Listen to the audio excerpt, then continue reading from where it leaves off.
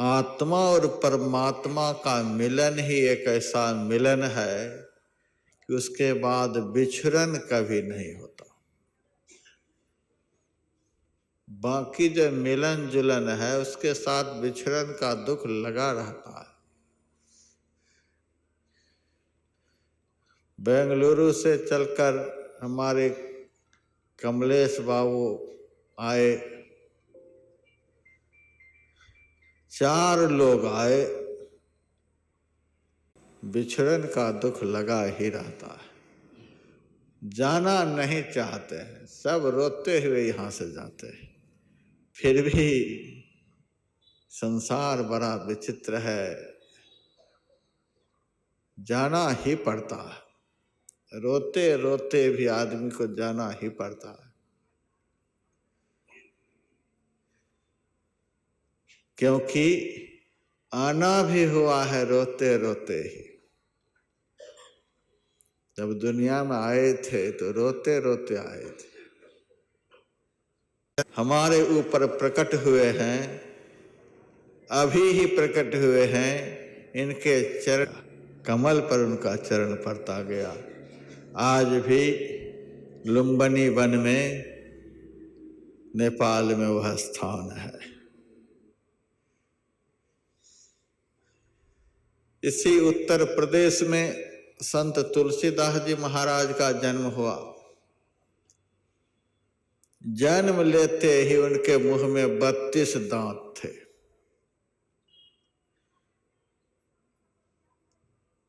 और हे राम हे राम हे राम बोलते हुए माता के उदर से बाहर निकले थे।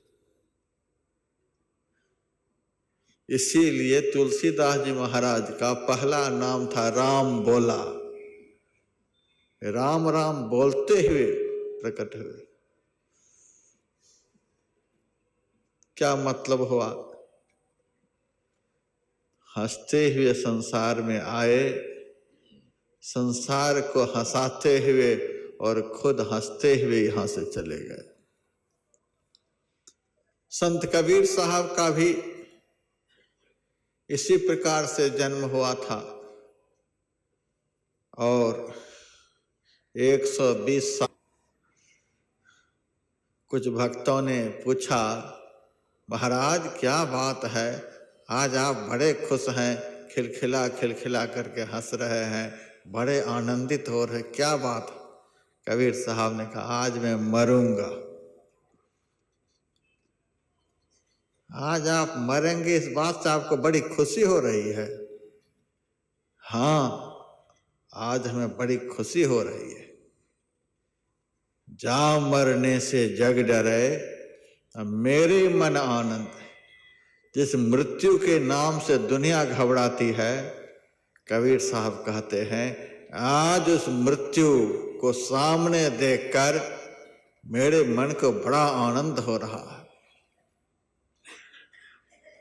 भक्तों ने कहा, मृत्यु को देखकर तो दुनिया घबराती है, पसीने उतरने लग जाते हैं, और आप खुश हो रहे हो? हाँ, मृत्यु हमें निगलने के लिए नहीं आई है, मृत्यु हमारे सामने हाथ जोड़ करके हमें कुशल पूर्वक विदा करने के लिए आई है।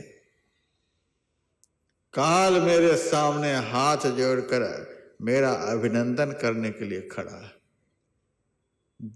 जिससे ब्रह्मादि देवताओं तक को भय होता है, वह काल जमराज संत महापुरुष की विदाई के सामने हाथ जोड़े खड़े रहते हैं।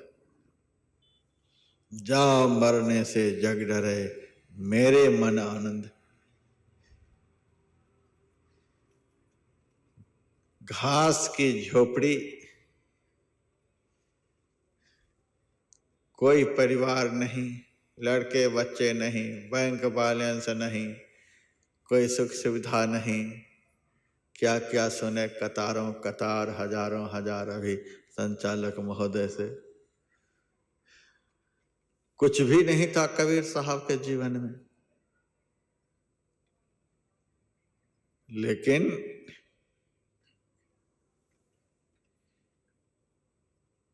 कबीर साहब कहते हैं, जा मरने से जग डरे मेरे मन आनंद। मन में कोई पछतावा नहीं है, मन में कोई पश्चाताप नहीं है कि हाय ये घर भी नहीं बना पाए,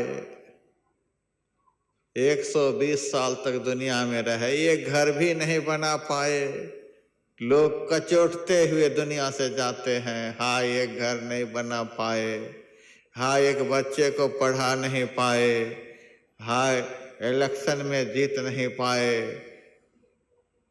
हाय दुनिया में पद प्रतिष्ठा बढ़िया से हासिल नहीं कर पाए। आदमी पछता करके मरता है, हाय हम जीवन में कुछ भी नहीं कर पाए, जिसलिए आए थे वही काम नहीं कर सके, जो काम नहीं करना था वही सब करके जा रहे हैं। इस बात के लिए भारी पश्चाताप होता है, हाय कुछ नहीं कर पाए। और कबीर साहब कहते हैं, मेरे मन आनंद।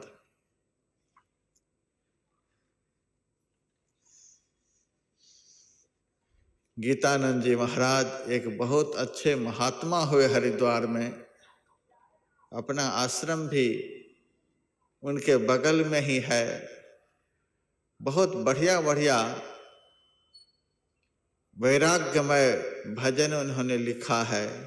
एक भजन में उन्होंने लिखा है, यमराज के जब अदालत चढ़ोगे, अब पूछेगा हाकिम तो क्या तुम कहोगे।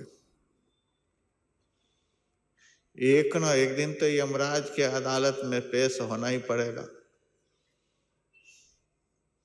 आएगी नोटिस, जमानत न होगा, सबके पास नोटिस जारी होने वाली है और कोई जमानतदार बगल में खड़ा नहीं होगा। राष्ट्रपति भी आपका लड़का है तो वह भी जब ऊपर वाले की नोटिस आ जाएगी तो जमानत कराने के लिए खड़े नहीं होंगे। प्रधानमंत्री भी जमानतदार नहीं बन पाएंगे। और आपके पास एक भी पैसे नहीं होंगे जो यमराज के अनुचर को कुछ ले दे करके 2-4-10 दिन के लिए नोटिस को घपला भी कर देंगे, नोटिस को गुप्त भी कर देंगे, कुछ रहेगा ही नहीं। पल्ले में घर कुछ अमानत न होगा, होकर के कैद तुम्हें चलना पड़ेगा, जबरदस्ती लेकर के जाएंगे। एक आदमी की मित्रता हो गई थी यमराज से और उन्होंने कहा था कि मित्र तुम तो सबको एक न एक दिन लेकर के जाते हो, हम तो तुम्हारे दोस्त हैं, हमको छोड़ करके बाकी सबको लेकर के जाना। यमराज ने कहा ऐसा तो नहीं होगा, हमारे ऊपर भी मालिक है। ईश्वर परमात्मा समग्र सृष्टि के मालिक हैं, उन्हीं के आदेश से सब चलते हैं। ब्रह्मा सर्जन करते हैं, विष्णु पालन करते हैं, शिव संहार करते हैं, यम संयमन का काम करते हैं, इंद्र वर्षा करता है, सूर्य का उदय होता है, चंद्रमा का उदय होता है, हवा चलती है, अग्नि प्रज्वलित होती है। उस मालिक के हम नौकर हैं, उनके फरमान के खिलाफ हम कुछ भी नहीं कर सकते, हम किसी को नहीं छोड़ेंगे, मित्र हो चाहे शत्रु ले ही जाएंगे। तब उन्होंने कहा अच्छा यदि ऐसी ही बात है तो ले जाना, लेकिन बता करके ले जाना। 2-4-10 दिन पहले, 2-4-6 महीना पहले ही बता देना कि लेने के लिए आ रहा हूं, ताकि हम सारे काम को अच्छी तरह से निपटा लेंगे, सब काम पहले ही दुरुस्त कर लेंगे, सब काम पूरा कर लेंगे, फिर तुम्हारे साथ चलेंगे। बता जरूर देना, जानकारी जरूर दे देना। यमराज ने कहा मैं तो बताने के लिए नहीं आऊंगा, मेरा आदमी भी बताने के लिए नहीं आएगा, लेकिन 4 पत्र मैं तुम्हारे पास भेज दूंगा।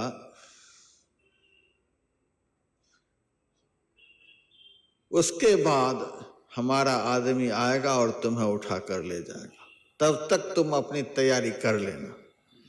अरे मित्र, फिर तो कमाल हो जाएगा, 4 पत्र आ जाएंगे, फिर तो हम पूरी तैयारी ही कर लेंगे। ठीक है मित्र, कोई बात नहीं। ऐसी ही बात हो गई और कुछ दिनों के बाद यमराज ने अपने दूत को उसे लेने के लिए भेज दिया। चलो अब, अरे हमारा मित्र तो बहुत बड़ा गद्दार निकला। सारी बात हो रखी थी कि 4 पत्र भेजेंगे, उसके बाद तुम्हें लेकर के जाएंगे। एक भी पत्र नहीं भेजा और तुमको लेने के लिए भेज दिया। यमदूत ने कहा हमारे मालिक झूठ नहीं बोलते हैं, नीचे वाले की कोई भरोसा नहीं। नीचे वाले तो कब क्या बोले ठिकाना नहीं, लेकिन ऊपर वाले के जो नौकर होते हैं वे झूठ नहीं बोलते। हमारा मालिक कभी झूठ नहीं बोलते, सत्य सत्य बोलते हैं। और वे 4 पत्र तुम्हारे पास भेजे हैं। उन्होंने कहा एक भी पत्र नहीं आया है। कहा कागज के पत्र भेजते तो तू चूल्हे में डाल देते, उसको कह देते कि नहीं आया है, घपला कर देते। हमारे मालिक 4 पत्र ऐसे ऐसे भेजे हैं जो अभी भी तुम्हारे साथ में हैं। कहा दिखलाओ। कहा सबसे पहले दर्पण लेकर के अपना मुंह देखो, सिर के जो बाल हैं एक भी काले हैं।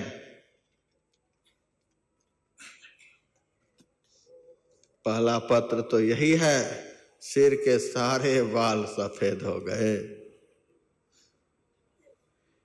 अरे यदि ऐसी बात थी तो पहले बतला देता तो हम बाल काला करवा लेते, तुमको चकमा में हम डाल देते, पता नहीं चलने देते। यमदूत ने कहा काले पीले कुछ भी करवा लोगे, फिर भी मेरे मालिक की आंख इतनी पैनी है, वो जरूर पकड़ लेंगे कि ये नकली वाला है। नकली असली की उनको पूरी पहचान है। अच्छा चलो दूसरा पत्र बतलाओ। कि दर्पण सामने ही है, देखो मुंह में दांत है। अरे दांत भी तो झड़ ही गए, यह भी पत्र ही है का? और क्या, यह भी पत्र ही है। अरे पहले बतलाता तो नकली दांत लगवा लेते, पापड़ बढ़िया से खाते। जल्दी जल्दी में पहुंच गया, दांत भी अब नहीं लगवा सकते। चलो तीसरा पत्र बतलाओ। कहा आंख से अच्छी तरह से दिखलाई दे रही है। दिखलाई भी तो नहीं दे रही है। यदि यह भी पत्र ही होता तो मैं आंख में पावर वाला चश्मा लगवा लेता।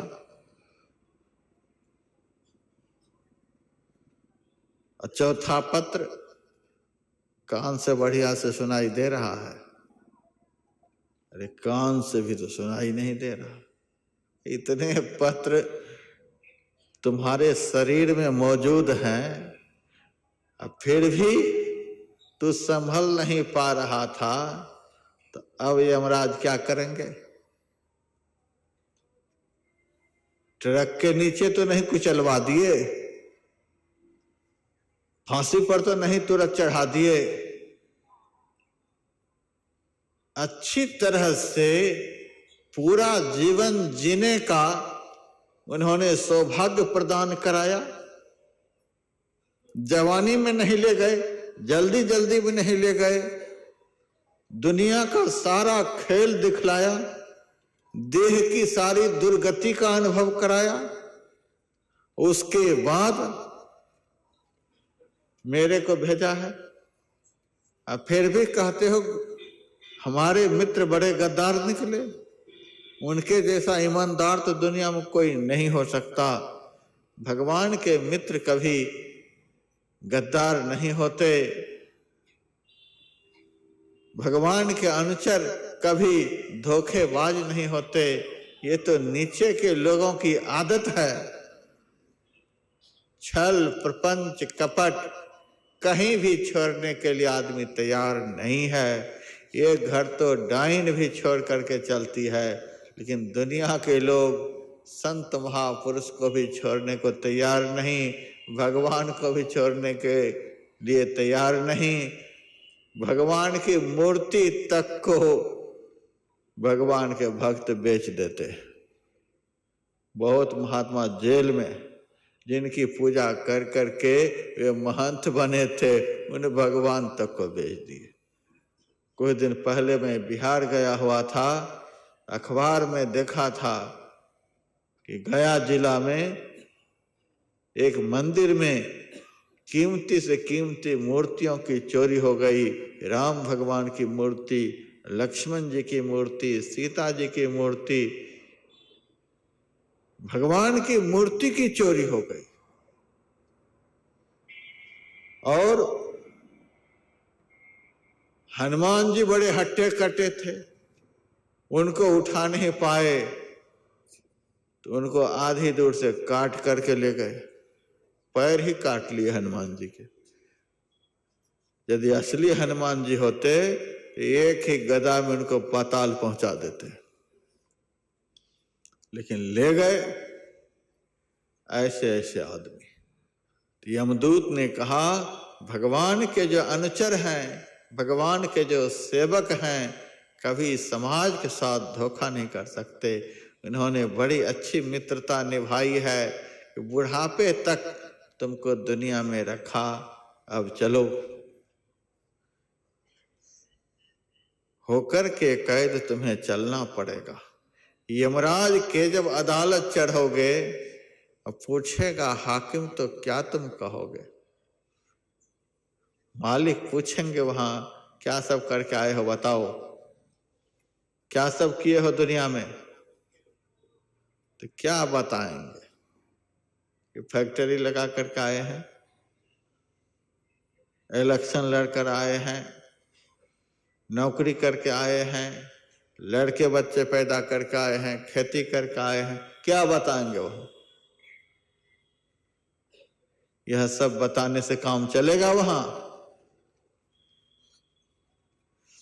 एक माई एक दिन मेरे से कहने लगी, महाराज यदि मेरे से यमराज पूछेंगे तो मैं तो बतला दूंगी, मैं तीर्थराज प्रयाग में गुरु महाराज के शिविर में जाकर ध्यान सत्संग 1 महीना तक करके आई हूं। मैंने कह दिया जो 1 महीने तक ध्यान करेंगे, सत्संग करेंगे, वे कभी यमराज की अदालत में पेश होंगे?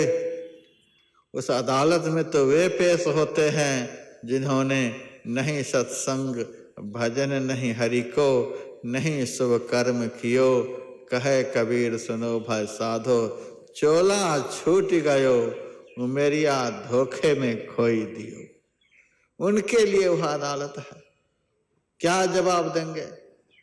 कोई जवाब मुंह से नहीं निकलेगा।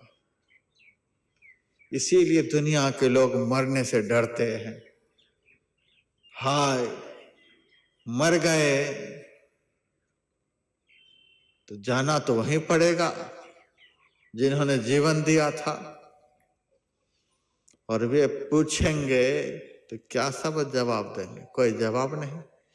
इसीलिए आदमी मरने के समय रोता है, छटपटाता है, आंसू बहती है, पसीना से उनका शरीर तरबतर हो जाता है, अत्यंत पीड़ा होती है। बच्चे की तरफ देखते हैं, घर की तरफ देखते हैं, हाँ इन्हीं बच्चे के लिए सब कुछ किया, आज ये भी खड़े हैं। ये भी एक बार यमदूत से कुछ नहीं बोलते कि पिताजी को छोड़ दो 2-4 दिन, कुछ नहीं बोलते। यही पत्नी है, जोंक की तरह सारे खून को पी गई, लेकिन अब आखिर में कुछ भी बोलने को तैयार नहीं है, खड़ी खड़ी देख रही है। यदि पत्नी जा रही है तो पति खड़े खड़े, सारे जीवन आनंद लिए, रोटी पानी खिला खिला करके मर गई, लेकिन आज सामने खड़े हैं, कुछ बोलते भी नहीं। भाई भी हैं, सगे संबंधी हैं, यही घर है, यही मकान है जिसको बनाते बनाते सारे जीवन पानी में बहा दिए, सारे जीवन को पानी में बहा दिए। समान बीतेगा, उस समय बड़ा पश्चाताप। ताल बजा लेंगे थोड़ी देर, मरने के समय थोड़ी देर भजन पूजन कर लेंगे, मरने के समय सब संतन की बड़ी बलिहारी गा लेंगे, मरने के समय प्रेम भक्ति गुरु दीजिए गा लेंगे, मरने के समय 2-4-5 मिनट आसन लगा करके बैठ लेंगे, और ऊपर से विमान उतरेगा और चौकड़ी मारकर विमान पर बैठ जाएंगे, यमराज माला पहना देंगे गले में, उड़ करके भगवान की गोद में पहुंच जाएंगे। ये सब मनसुआ लोग बांधते रहते हैं कि ये सब करेंगे, ये सब करेंगे, लेकिन धर्मशास्त्र कहता है प्राणपयान समये कफवात पित्तः कंठावरोधन विधो स्मरणम कुतस्ति। जब शरीर से प्राण निकलने लग जाएंगे उस समय आसन लगा पाएंगे। अभी तो आसन नहीं लगता है। हमने तो इस बार पंडाल बनाने वाले लखेड़ा जी से कह दिए थे, भैया हमारे यहाँ सब तरह के लोग आते हैं, कुछ कड़ी कुर्सी भी लाना, कुछ मुलायम कुर्सी भी लाना, कुछ बढ़िया दरी लाना, कुछ गद्दे लाना, क्योंकि सब तरह के लोग आते हैं, सब तरह से बिठाना पड़ेगा, नहीं तो आएंगे भी नहीं। यदि न बैठने की सुविधा देंगे, न सोने की सुविधा बढ़िया से देंगे, न सब तरह की सुविधा मिलेगी, सारे जीवन जिनके सुविधा में बीते हैं वे एक बार की ही असुविधा में नहीं रह सकते। इसीलिए ऐसे लोगों को भी थोड़ा सा भजन का चस्का लग जाए, थोड़ा सा सत्संग का चस्का लग जाए, थोड़ा सा शुभ कर्म सत्कर्म का चस्का लग जाए, थोड़ा सा बढ़िया जीवन जीने का चस्का लग जाए, ताकि आगे भी उस चस्का में अधिक से अधिक शुभ कर्म सत्कर्म उनके द्वारा होने लग जाए।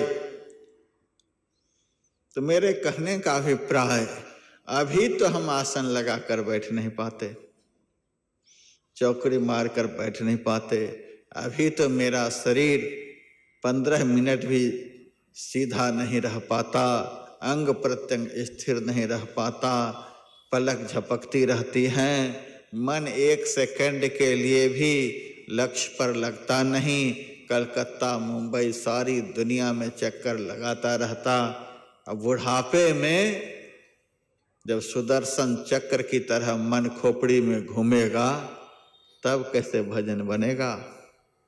अभी तो कुछ नहीं हो पाता, अभी चलने की शक्ति, फिरने की शक्ति, बैठने की शक्ति, उठने की शक्ति, देखने की शक्ति, सब कर्म करने की शक्ति अभी देह में है, तब तो कुछ नहीं हो पा रहा है। जब सारी शक्ति एक दिन छीन हो जाएगी, शरीर हमारा दुश्मन हो जाएगा।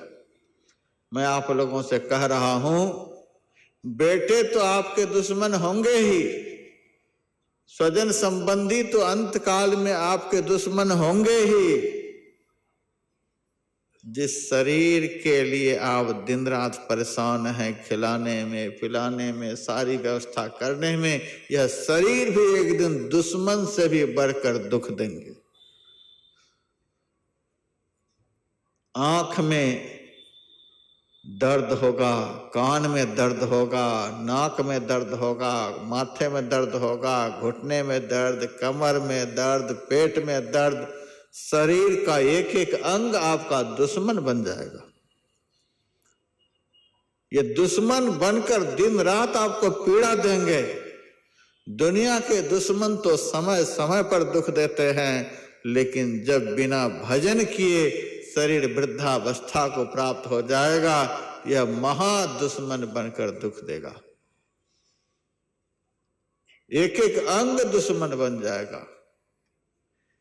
देखिए, हमारी उम्र 50 से कुछ अधिक हो गई है, तब भी कभी घुटने में दर्द होने लग जाता है, कभी सिर में दर्द होने लग जाता है, कभी पेट की रीढ़ में दर्द होने लग जाता है। अब देखिए, अभी तो 50 को ही पार किए हैं, शुरू हो गया। हम तो डर के मारे कांपने लग गए हैं। हमसे तो लोग पूछते हैं, महाराज आपका जन्म किस ईस्वी में हुआ? ईस्वी बताने में डर लगता है। महाराज बताओ, तो क्यों ईस्वी पूछ रहे हो? महाराज आपकी जयंती मनाएंगे, आपकी जयंती मनाएंगे। बड़े खुशी की बात, जयंती मनाओगे? तुमको तो खुशी होगी, लेकिन हमको बड़ा दुख होगा। क्यों दुख होगा आपको? दुख इसीलिए होगा कि परमात्मा से करार करके आए थे, हे परमात्मा, माता के भयंकर गर्भमय दुख से हमें बाहर निकाल दोगे, तो मैं बाहर निकलते ही आपके भजन में लग जाऊंगा। आपका इतना भजन करूंगा, इतना भजन करूंगा कि जन्म मरण के दुख में फिर कभी भी नहीं पड़ूंगा। माता के गर्भ से यह करार करके हम आए, लेकिन मेरे जैसा भगवान का गद्दार कोई नहीं। 50 से अधिक हमारी उम्र हो गई, एक भी वचन पूरे नहीं कर पाए।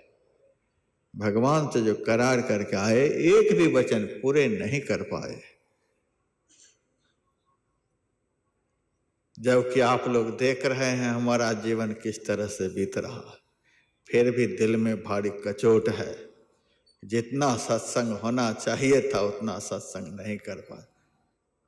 दूसरे को सत्संग सुनाते सुनाते 50 पार कर गए, अपना सत्संग नहीं कर पाए।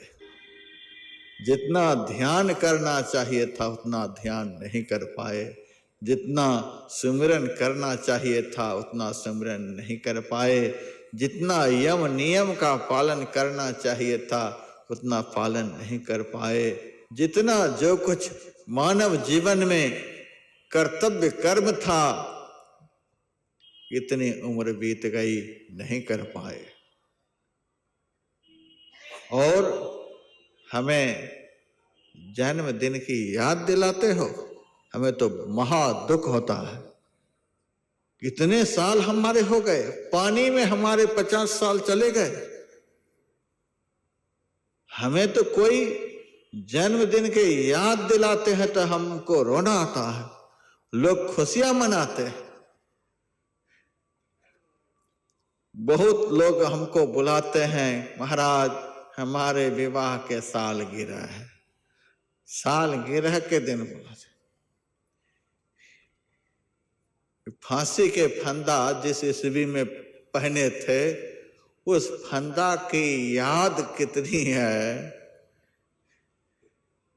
50 साल हो गए फंदा को पहने हुए, अब तक नहीं फंदा खुला है। महाराज आप आकर के सत्संग कर दो उस फंदा के शुभ अवसर पर। कितने दुखमय विषय है। फांसी के फंदा लगाए हुए 50 साल हो गए और बड़ी खुशी के मारे कोई मुंबई घूमने के लिए जाते हैं, कोई कोलकाता घूमने के लिए जाते हैं। और अमेरिका में एक सिटी है सैन सिटी, पाप का शहर कहते हैं। अमेरिका में पाप का शहर एक है। दुनिया के किसी भी राष्ट्र में ऐसी सिटी नहीं होगी।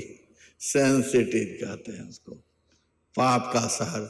कुछ लोग शादी के सालगिरह पर उस पाप के शहर में जाते हैं। उस शहर में पाप कर्म करने में कोई रुकावट नहीं है, खुले तौर से पाप कर सकते हैं। वहां भी जा रहे हैं, बड़ी खुशी मना रहे हैं। इतने साल हो गए फंदा पहने हुए, महाराज ऐसी कृपा करो 10-20 साल फंदा और बढ़ जाए, 10-20 साल की सजा और बढ़ जाए महाराज, ऐसी दया कर दो। इसी दया के लिए सत्संग करवाते हैं। हे भगवान, कैसे कैसे आदमी दुनिया में हैं कि फांसी की फंदा 10-20 साल और बढ़ा दो। ये नहीं कहते कि महाराज ऐसी कृपा करो, ऐसी दया करो, ये फंदा खुल जाए।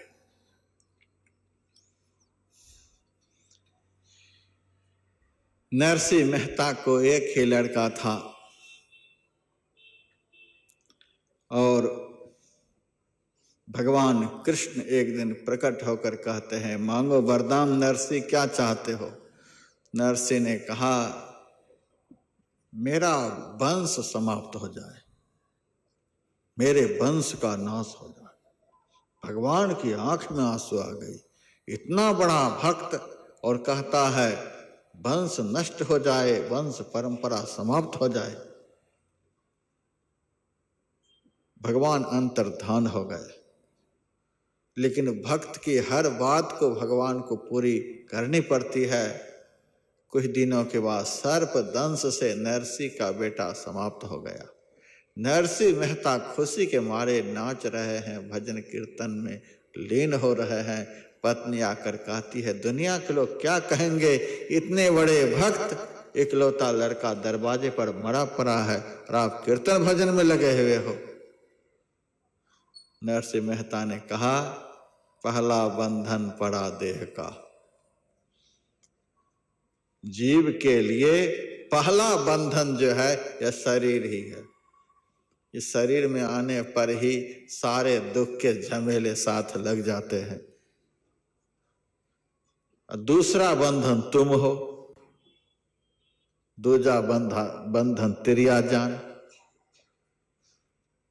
दूसरा बंधन पुरुष के लिए स्त्री, स्त्री के लिए पुरुष। तीसरा बंधन पुत्र विचारो। चौथा बंधन नाती मान। नाती के फिर नाती हो गए, उस बंधन का कौन ठिकान। वाणी तो है राधा स्वामी साहब की, लेकिन नरसिंह मेहता इस प्रकार से समझा रहे हैं। घटेगा कि बढ़ेगा महाराज, ट्रिपल हो जाएगा। कोई घूमता हुआ आए फिर उस पर एक रस्सी चला दे, तो बंधन के बढ़ने से दुख बढ़ता है कि घटता है। महाराज दुख बढ़ता है। तू कैसी पगली हो, मेरा एक बंधन कम पड़ गया तो हमको खुशी हो रही है, तुमको दुख हो रहा।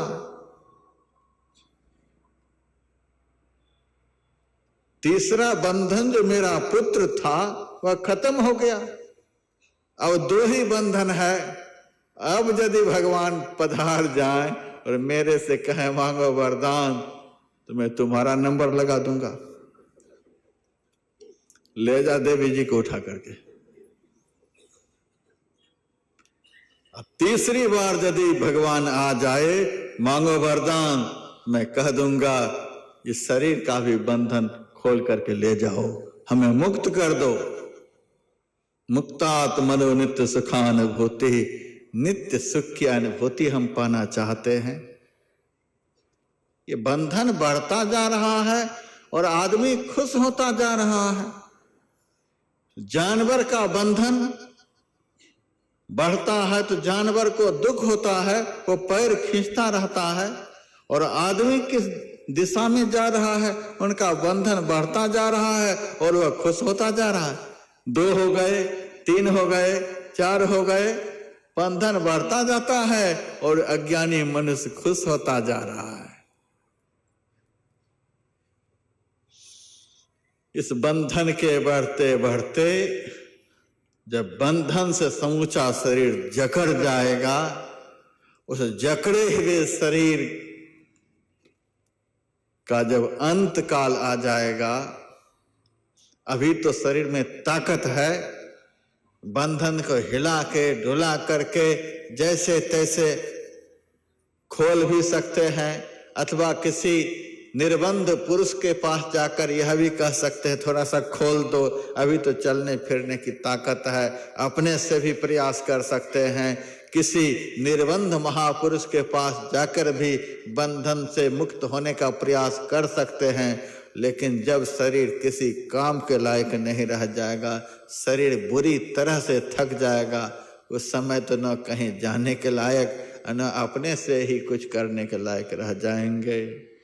प्राण पयान समय कफबात पित्तय कंठावरोधन विधौ स्मरणम कुतस्ति। कफ पित्त बात से गला अवरुद्ध हो जाएगा, अब स्मरण कहाँ से होगा? आस लगाए बैठे हैं बुढ़ापे में करेंगे, बुढ़ापे में करेंगे, उस समय स्मरण होगा। एक एक क्षण कल्प के समान बीतेगा। भर्तृहरि ने बड़ा ही सुंदर लिखा है, यावत् स्वस्थ मिदं कलेवर गृहं यावच्च दूरे जरा यावच्चेन्द्रिय शक्तिर प्रतिहता यावत् क्षयो नायुषः आत्मा श्रेयसी तावदेव विदुषा कार्यः प्रयत्नो महान प्रोद्दीप्ते भवनेत कूप खननम प्रत्युद्यम कीदृशः। जब तक यह शरीर रूपी गृह स्वस्थ है तब तक मैं अपना परम कल्याण कर लूं। जब तक इस शरीर से वृद्धावस्था दूर है तब तक मैं अपना परम कल्याण कर लो। जब तक इस देह की सारी इंद्रियां सत्कर्म शुभ कर्म करने के लायक हैं तब तक मैं इन इंद्रियों के द्वारा शुभ कर्म सत्कर्म कर लो। और आखिर में कहा, जब तक इस शरीर से मृत्यु दूर है तब तक मैं अपने जीवन और जन्म को धन्य बना लो, नहीं तो घर में आग लग जाने पर कुआं खोदने से कोई लाभ नहीं होगा। काम कर लो, नहीं तो बड़ा पश्चाताप। संसार का मिलन जुलन केवल दुखदाई है। सबसे एक दिन संग छूटेगा, सब कुछ छूटेगा, कुछ भी नहीं रहेगा, केवल अंत काल में पछतावा रहेगा। संत यहां से जाते समय हंसते हैं और संसारी लोग जाते समय रोते हैं। रोते रोते जन्म लिया, सारे जीवन हाय हाय करके रोते रहे। अब जाने के समय क्या होगा? जो संस्कार लेकर जन्म लिए हैं, जिस संस्कार को सारे जीवन में बढ़ाए हैं, वही संस्कार अंतकाल में प्रबल हो जाएगा।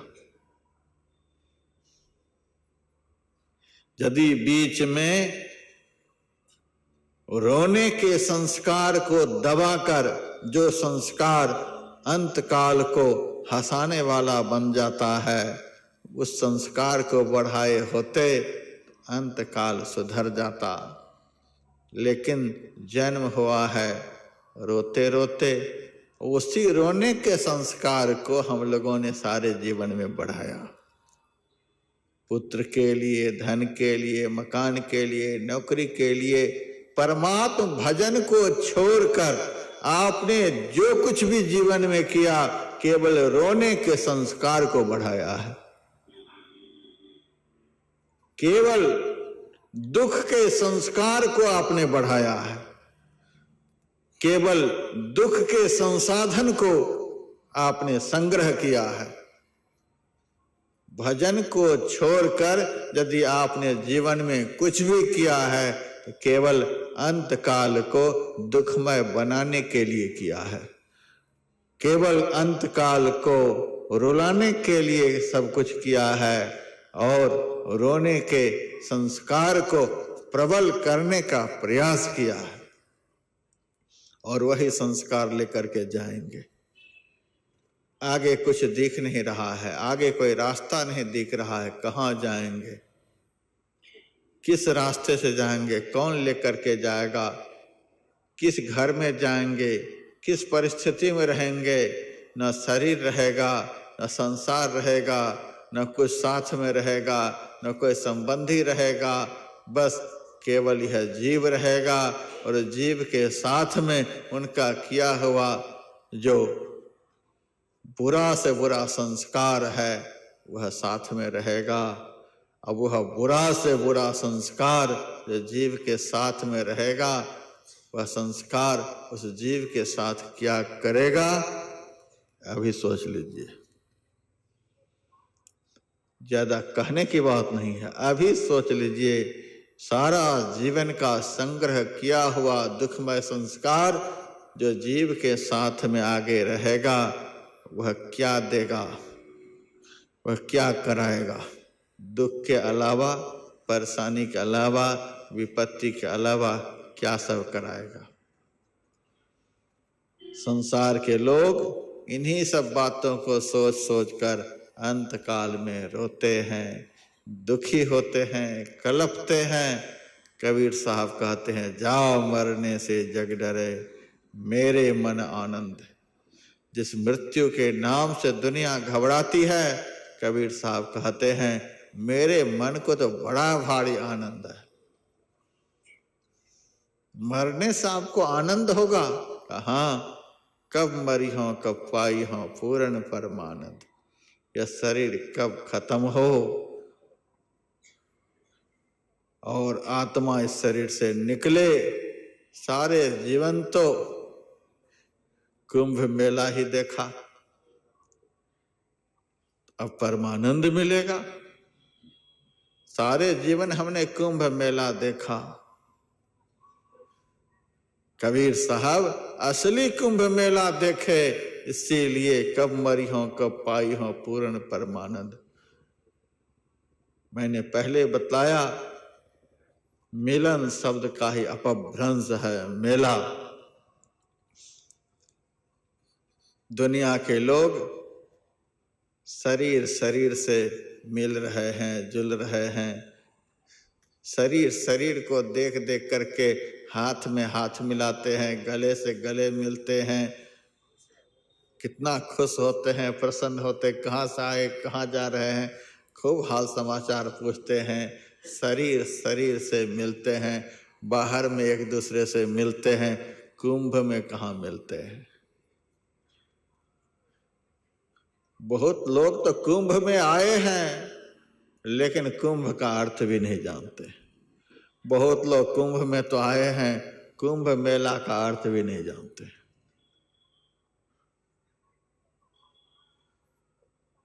असली मिलन, जिस मिलन से अनंत जीवन आनंदमय होता है, वह तो कुंभ में होता है। कुंभ का अर्थ घड़ा होता है। घड़ा इस शरीर को भी कहा जाता है। कहे कबीर तन कांचे कुंभा बिनसत मेरे भाई। यह शरीर जो है कच्चा कुंभ है, कच्चा घड़ा है। बिनसत वार न लाई, देर नहीं लगेगी। इस शरीर को कुंभ बतलाया गया। कबीर साहब की वाणी में दूसरी जगह है, जल भरी कुंभ धरे जल भीतर, बाहर भीतर पानी हो, उलटी कुंभ जल जल ही समय है, तब का करी हो ज्ञानी हो। यह शरीर कुंभ है। इस कुंभ में मिलन होता है, इसी कुंभ में मिलन होता है। आए थे कुंभ में मिलने के लिए, लेकिन किन से मिलने के लिए? दुनिया के लोगों से मिलते जुलते तो दुनिया में कब से चले आ रहे हैं और कब तक चलते रहेंगे ठिकाना नहीं। इस शरीर रूपी कुंभ में हम लोग इस बार जन्म लिए हैं। सबसे बढ़िया कुंभ इस बार मिला है, सबसे बढ़िया कुंभ का मेला। गधा का शरीर भी है, कुत्ता का शरीर भी है, बैल का शरीर भी है, सुअर का भी शरीर है। भगवान ने वो घटिया कुंभ नहीं दिया। घटिया कुंभ में आपको रहने के लिए नहीं भेजा। 84 लाख प्रकार के कुंभ होते हैं। आप प्रजापति की दुकान पर जाइएगा, कुंभकार की दुकान पर जाइएगा तो बहुत तरह का घड़ा दिखलाई देगा। छोटा घड़ा, बड़ा घड़ा, टेढ़ा घड़ा, सीधा घड़ा, सब तरह का घड़ा दिखलाई देगा। सभी घड़ा का एक ही दाम नहीं होता है, अलग अलग दाम होता है। हमने तो खरीदा भी है, देखा भी है, अलग अलग दाम होता है। अधिक दाम का, कम दाम का। 84 लाख प्रकार का घड़ा है। 84 लाख प्रकार के कुंभ परमात्मा रूपी प्रजापति ने बनाया है। उन कुंभों में से सबसे बढ़िया कुंभ, सबसे बढ़िया घड़ा। पुराणों में लिखा हुआ है कि 12 जगह कुंभ का मेला लगता है, लेकिन 4 जगह 12 में से प्रसिद्ध है। नासिक, उज्जैन, हरिद्वार और प्रयागराज। 12 जगह के कुंभों में से सबसे महत्वपूर्ण कुंभ का स्थान तीर्थराज प्रयाग है। इससे महत्वपूर्ण कुंभ के लिए कोई भी स्थान नहीं है। उज्जैन में भी होता है, हम वहां भी जाते हैं। नासिक में भी होता है, वहां भी गए हैं। हरिद्वार में भी कुंभ का मेला लगता है, वहां भी गए हैं। लेकिन जो रौनक तीर्थराज प्रयाग में है वह दुनिया में कहीं भी नहीं है। कुंभ के लिए सबसे महत्वपूर्ण स्थान, सबसे महत्वपूर्ण कुंभ प्रयाग में लगता है। प्रयाग वाला कुंभ भारत में कहीं भी नहीं है।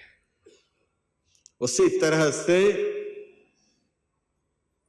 जिस कुंभ में प्रयाग हो, जिस कुंभ में तीर्थराज हो, जिस कुंभ में गंगा, यमुना और सरस्वती का संगम हो, उस कुंभ से बढ़कर दुनिया में कोई कुंभ नहीं।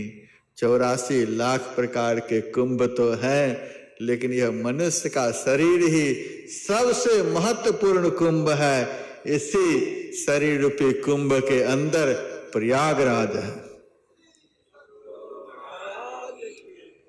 प्रयाग की व्याख्या कई एक दिनों से आप सुनते आ रहे हैं, लेकिन नए पुराने श्रोता को मैं देखता हूं तो प्रसंग को थोड़ा थोड़ा दोहरा देता हूं, नहीं तो नए को पता ही नहीं चलेगा कि पुराना क्या सब क्लास चला है, पिछले क्या सब यहाँ के छात्र लोग पढ़े हैं। नए को पता नहीं चलेगा। एक साथ यदि सब आते फिर तो हम क्लास को आगे बढ़ाते चले जाते, पढ़ाई आगे से आगे बढ़ती चली जाती। लेकिन नए पुराने श्रोता हैं, इसीलिए दोहराना पड़ता है। प्रयागराज प्र उपसर्ग है। व्याकरण पढ़े लिखे लोग जानते हैं। प्र, परा, अप, सम, अनु, अव, निस, निर, दुस, दुर, भी, आंग, नी, अधि, अपियत, सु, उत, अभि, प्रति, परि, एते, प्रादय। इतने उपसर्ग हैं। इन उपसर्गों में प्र उपसर्ग जो है बड़ा ही महत्वपूर्ण है। यह उपसर्ग जिस शब्द में लग जाता है उस शब्द के महत्व को बढ़ा देता है। जिस शब्द में प्र लग जाएगा, क्या कहा जाए, वह शब्द का अर्थ ही महत्वपूर्ण बन जाता है। प्रयाग एक ही शब्द नहीं है, मुख्य शब्द तो याग है। याग में प्र उपसर्ग लगा हुआ है, तब प्रयाग बना हुआ है। याग शब्द जो है यज्ञ का अपभ्रंश है। यज्ञ को ही सामान्य भाषा में, साधारण भाषा में याग कहते हैं।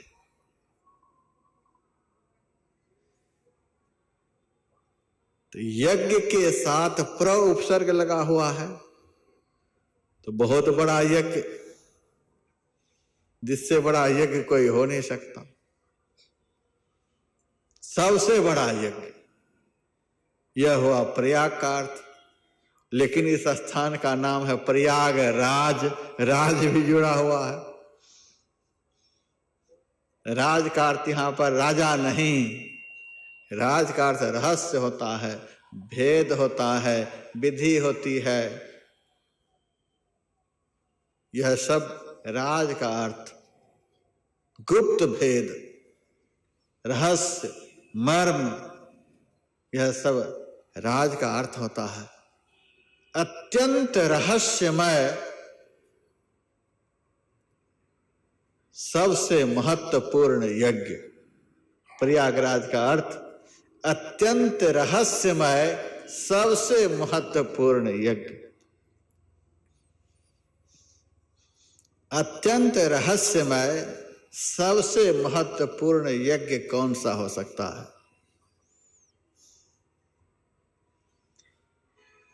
आप पढ़िए ज्ञान संकलनी तंत्र, उसमें लिखा हुआ है, न होमं होम मित्याहो समाधो तत्व भूयते ब्रह्माग्नो हूयते प्राणं होम कर्म तदुच्यते। हवन शब्द का ही अपभ्रंश है होम, होमना, हवन करना, जलाना, आहुत करना, आहुति देना, बहुत अर्थ है। तो हवन शब्द का अपभ्रंश होम है। न होमं होम इत्याहु समाधो तत्व भूयते ब्रह्माग्नो हूयते प्राणं होम कर्म तदुच्यते। होम को होम नहीं कहते हैं, हवन को हवन नहीं कहते हैं। पास में ही आज हवन का कार्यक्रम चल रहा है। इंद्राय स्वाहा, अग्नये स्वाहा, विष्णवे स्वाहा, स्वाहा स्वाहा हो रहा है। लाखों लाख रुपए स्वाहा हो जाएंगे, लेकिन स्वाहा स्वाहा बोलने वाले की एक बीड़ी भी स्वाहा नहीं होगी, सिगरेट भी स्वाहा नहीं होंगी, जर्दा स्वाहा नहीं होंगे, कोई दुर्गुण स्वाहा नहीं होंगे। पैसे तो बहुत स्वाहा हो जाएंगे, लेकिन मन के अंदर जो अशुभ वासनाएं हैं, उन अशुभ वासनाओं को मिटा नहीं पाएंगे, उसको स्वाहा नहीं कर पाएंगे। यह भी साधारण अर्थ ही है। ब्रह्माग्नो हूयते प्राण, ब्रह्म को अग्नि बतलाया गया है। ब्रह्म परमात्मा सृष्टि में व्यापक तत्व, कण कण में परिव्याप्त परमात्म तत्व, उसको ब्रह्म कहते हैं।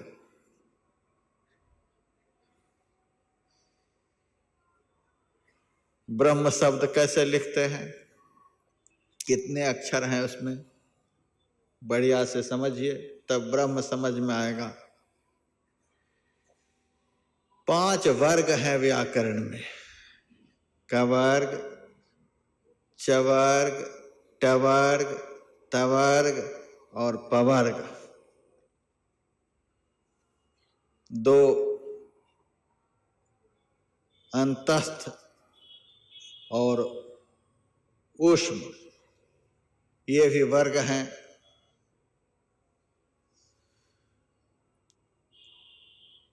तो 5 वर्ग में से एक वर्ग है पवर्ग। एक एक वर्ग में 5-5 अक्षर है। पवर्ग का तीसरा अक्षर ब होता है।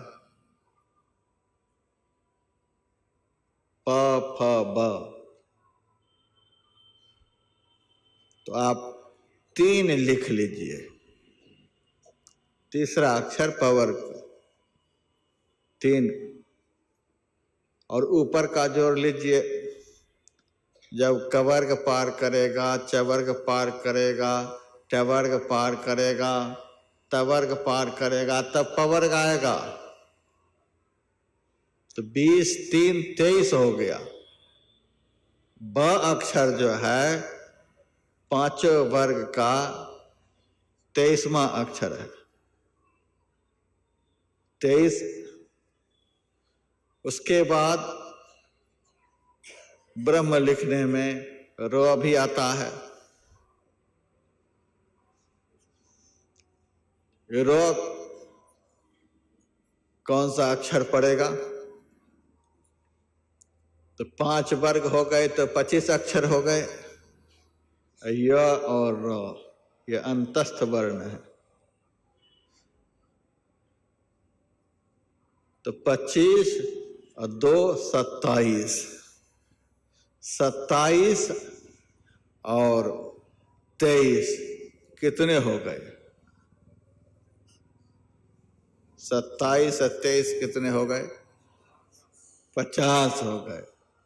हम तो कम पढ़े लिखे हैं, आपसे पूछ पूछ करके अब बात करेंगे। 50 हो गए। अब तो ब र हो गया। अब बचा ह। ये अंतस्थ वर्ण और उस वर्ण के अंतिम अक्षर है, 8वां। तो 25 और 8, 25, 8 हो गए 33। तो 50 33 कितने हो गए? 83 हो गए। चलिए अभी और बचे हैं। उसके बाद म हो गया। म बचा, ब र ह और म। तो म जो है वो 25वां अक्षर है व्यंजन का, पवर्ग का। तो 83 और 25 कितना हुआ? अब बतलाइए। 108 हो गए। अच्छा चलिए, 0 की तो कोई गिनती होती ही नहीं है। तो 1 और 8 बचे। तो 1 और 8 मिलकर के कितने हुए? 9 हो गए। ये 9 का अक्षर जो होता है वह पूर्ण अक्षर माना जाता है। आप 8 का पहाड़ा पढ़ेंगे। 8 का 8, 8 दूना 16, 1 6 7, 8 तिया 24, 2 4 6, 8 चौके 32, 3 2 5। ये घट रहा है। जो भी पहाड़ा पढ़ेंगे वो घटते बढ़ते रहते हैं। लेकिन 9 का पहाड़ा आप पढ़िए, अंत तक 9 का 9 ही रहता है। 9 का 9, 9 दूना 18, 1 8 9, 9 तिया 27, 2 7 9, नचा के 36, 3 6 9, 9 पचे 45, 4 5 9, नछा के 54, 5 4 9, 9 7 63, 6 3 9, 9 8 72, 7 2 9, 9 9 81, 8 1 9, 9 धन 90। तो 9 का 9 तो है ही, 0 की कोई गिनती नहीं है। तो शुरू से अंत तक 9 का पहाड़ा पूरा का पूरा रहता है। अब ब्रह्म के विषय में छांदोग्य उपनिषद में लिखा हुआ ओम पूर्णमदः पूर्णमिदं पूर्णात् पूर्णमुदच्यते पूर्णस्य पूर्णमादाय पूर्णमेवावशिष्यते। जो सर्व काल में पूर्ण का पूर्ण ही रहता है उसको ब्रह्म कहते हैं। ब्रह्मे वेद ममृतम पुरस्ताद ब्रह्मा पश्चात ब्रह्मा दक्षिणतश्चोत्तरेण अधश्चोर्ध्वं च प्रसृतम ब्रह्मे वेदम विश्वमिदम वरिष्ठम। ब्रह्म रूपी अमृत ऊपर नीचे बाएं दाएं आगे पीछे सर्वत्र परिपूर्ण है। ऊर्ध्व पूर्ण मध्य पूर्णम मध्य पूर्ण शिवात्मकम साक्षात विधिमुखो हेश समाधि पारमार्थिका। ऊपर भी पूर्ण नीचे भी पूर्ण बाएं भी पूर्ण दाएं भी पूर्ण, जो सब दिशाओं में परिपूर्ण है, अंदर भी पूर्ण बाहर भी पूर्ण, जो सदैव परिपूर्ण रहते हैं, ऐसे तत्व को ब्रह्म कहा जाता है। यह है ब्रह्म की परिभाषा। ब्रह्माग्नो हुयते प्राणम, ब्रह्म को अग्नि बतलाया। परमात्मा को ही ब्रह्म कहा गया है और ब्रह्म को ज्ञान संकीर्णी तंत्र में अग्नि बताया गया, जिस अग्नि में सब कुछ जाकर के स्वाहा हो जाता है। काल भी स्वाहा हो जाता है, मौत भी स्वाहा हो जाती है, सारी सृष्टि महाप्रलय में जाकर के स्वाहा हो जाती है। जीव के जन्म मरण के दुख स्वाहा हो जाता है। जीव भी यदि ब्रह्म रूपी अग्नि में प्रवेश कर जाए तो जीव भी स्वाहा होकर के पीव बन जाता है। ब्रह्म स ब्रह्मविद स्वयं, ब्रह्म में जो लीन हो जाएगा वो ब्रह्म ही हो जाएगा, दूसरा बच नहीं सकता है। आग में जो लीन हो जाएगा, आग में जो पड़ जाएगा वह आग ही हो जाएगा। लोहा भी डाल दीजिए आग में तो लोहा भी आग ही बन जाता है। आग में जो कुछ भी डालिएगा वो आग ही बन जाएगा। उसी तरह से ब्रह्म में जो लीन होगा वो ब्रह्म ही हो जाएगा। जान तुम्हें तुम्हें हो जाई, ब्रह्म में लीन होने वाला ब्रह्म ही हो जाएगा। ब्रह्माग्नो होते प्राणम, ब्रह्म ही अग्नि है। ब्रह्म रूपी अग्नि में प्राण तत्व जो है वही जीव है, जो ब्रह्म रूपी अग्नि में जीव को आहूत कर देता है, लीन कर देता है, स्वाहा कर देता है, जीवत दशा को मिटा देता है। होम कर्म तदुच्यते, यही सबसे बड़ा होम है, यही सबसे बड़ा यज्ञ है। जिस यज्ञ में यह जीव आहूत हो जाता है ब्रह्म रूपी अग्नि में, जिस यज्ञ में आत्मा रूपी हवनी पदार्थ परमात्मा रूपी आग में स्वाहा हो जाता है, लीन हो जाता है। इस प्रकार का यज्ञ दुनिया में कहीं हो सकता है? सबसे बड़ा यही यज्ञ है। इसी यज्ञ का नाम है प्रयागराज। प्रयागराज का यही अर्थ होता है। और यह प्रयागराज कहाँ है? कुंभ में। यह शरीर ही कुंभ है। इस शरीर रूपी कुंभ के अंदर ही इस प्रकार का हवन होता है। जिस जीव ने इस मनुष्य शरीर रूपी कुंभ को प्राप्त कर लिया, वही जीव अंदर ही अंदर साधना करते हुए, अंदर ही अंदर चलते हुए ब्रह्म रूपी आग में अपने को लीन करके, अपने को मिला करके, एकीभूत करके जन्म मरण के दुखों से निर्मुक्त हो जाता है। ये कुंभ में आत्मा और परमात्मा का जो मिलन है, यही कुंभ का मेला है। कुंभ मेला, शरीर रूपी कुंभ में जन्म जन्म से जो है जीव परमात्मा से बिछड़ा हुआ था, उनसे मिल गया, ये कुंभ मेला। और इसी कुंभ के अंदर देखिए, गधा के अंदर प्रयागराज नहीं हो सकता, कुत्ता के अंदर प्रयागराज नहीं हो सकता, बैल के अंदर प्रयागराज नहीं हो सकता। इस मनुष्य शरीर रूपी कुंभ के अंदर ही प्रयागराज है। इसी मनुष्य शरीर कुंभ के अंदर गंगा यमुना सरस्वती का संगम है। इड़ा भगवती गंगा पिंगला यमुना नदी, इड़ा पिंगलयोर मध्य सुषुम्ना च सरस्वती। इसी कुंभ के अंदर सब देवता है, सब तीर्थ है, सब विद्या है, सब कुछ लिखा हुआ है। कितना सुनिएगा।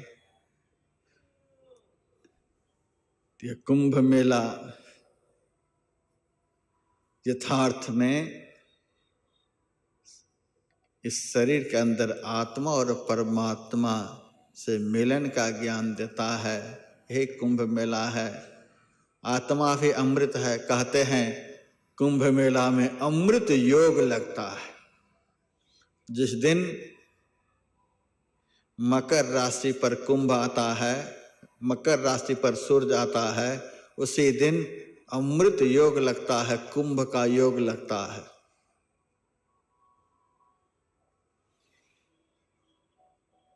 तो अमृत के लिए यहाँ पर बहुत लोग आते हैं। इस मुहूर्त में स्नान करने से अमृत की प्राप्ति होती है। यह मनुष्य जीवन ही जो हमें मिला है, यही सबसे बड़ा मुहूर्त हम लोगों को प्राप्त है। इस मनुष्य जीवन रूपी मुहूर्त में परमात्मा रूपी अमृत से हमारा योग हो सकता है। यही अमृत योग है। यही मनुष्य जीवन रूपी मुहूर्त में परमात्मा से योग हो सकता है, अमृत से योग हो सकता है, और किसी भी जीवन में योग नहीं हो सकता है। तो रामायण से भरत मिलन का प्रसंग जो मैंने उठाया है, बड़ा ही आध्यात्मिक है प्रसंग है। भरत जी भी राम से मिलने के लिए चले हैं, परमात्मा से मिलने के लिए चले हैं। हम लोग भी इस कुंभ मेले के माध्यम से उसी मालिक से मिलने का ज्ञान प्राप्त करने के लिए आए हैं, उसी के लिए अभ्यास करने के लिए यहाँ आए हैं। जब तक यहाँ हैं तब तक के लिए जो सब यहाँ का महत्वपूर्ण कार्य है, उस कार्यक्रम में भाग लेते रहें और जीवन जन्म को सफल बनाते रहें। यही थोड़ा सा भी सुनाया। अब दो आध्यात्मिक आरती के साथ अभी का सत्र समाप्त होगा। जय गुरु महाराज। आरती संग